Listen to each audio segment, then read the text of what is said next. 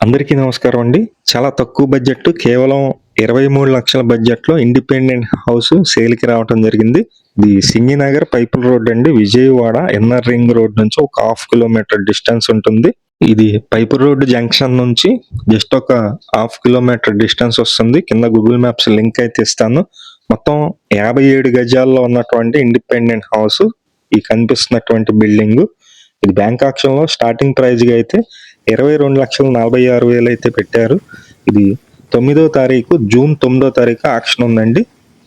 Interest ఉన్న వాళ్ళు phone చేయండి. సౌత్ ఫేసింగ్ వస్తుంది. దక్షిణం రోడ్డు ఉంటుంది.